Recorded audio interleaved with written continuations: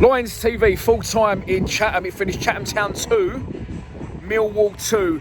Not the greatest of games, I've got to be honest. Chatham, under the new management of Scott Lindsay, by the way, a mate of mine, looked like a good side. They try to pot the ball well, they try to do the right things. It did finish 2 goals apiece. There was no team sheets handed out tonight, so I can't tell you everyone who did play for us, but I can tell you who didn't play. It's a very different Millwall side from we saw last year in the under-23s.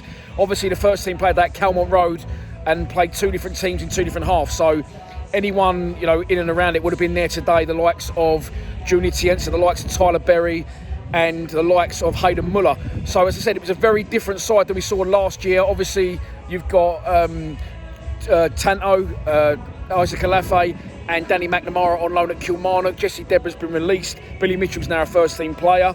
So it's a very different turnout to it was last year. We started the game slowly. We conceded very early. Obviously, you know, I'm not shy sometimes about burying the first team, but what I don't want to do is bury youngsters. And the goalkeeper, it wasn't Ryan Sanford and it wasn't Joe Wright. I don't know who it was, but he looked a very young and experienced goalkeeper, and he possibly could have done better with the first goal. We're 1-0 down very early on, and it was a scrappy first half. Eventually we got the equaliser. Again, apologies, I don't know who it was, because the only players I did recognise from today was Dan Moss at right back. I think Harry Ransom was involved. Sam Skeffington played in central midfield with Ruben Duncan, and obviously George Alexander up front. Other than that, I didn't really recognise many of our players. It was a very young Millwall side that turned out here tonight. We got a good equaliser. Our number 11, who I believe scored both goals. I was in the bar for the second one. I did see on the stream here. A good setup they got, to be fair. At Chatham, they're moving in the right direction as a club.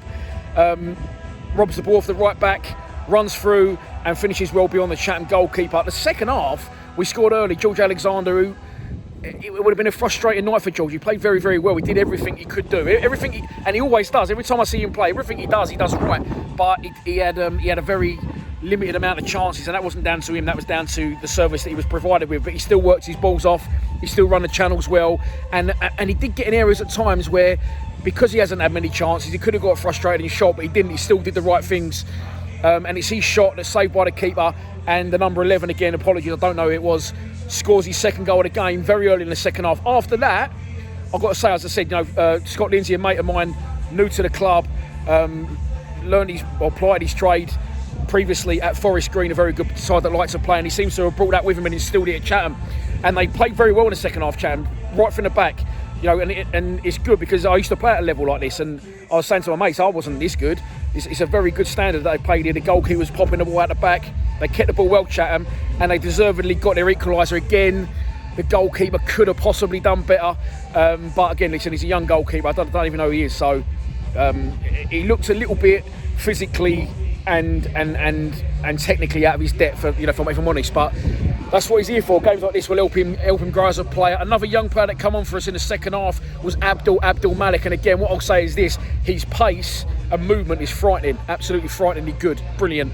But again, twice he got into positions where he could have made better decisions. And I don't mean overindulgent and self-indulgent.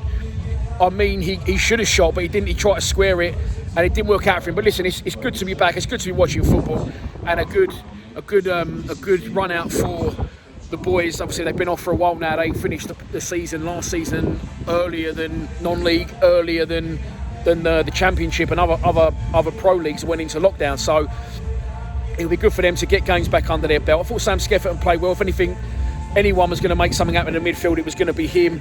But I don't know, we did try things, but it just didn't come off for us tonight. And I say, it's been a long layoff for Kevin Nugent's side and his assistant Paul Robinson, but it's good to be back. It's lovely to watch a game of football under the lights, I've got to tell you. But it finishes here in Chatham 2-2. Come on, you Lions.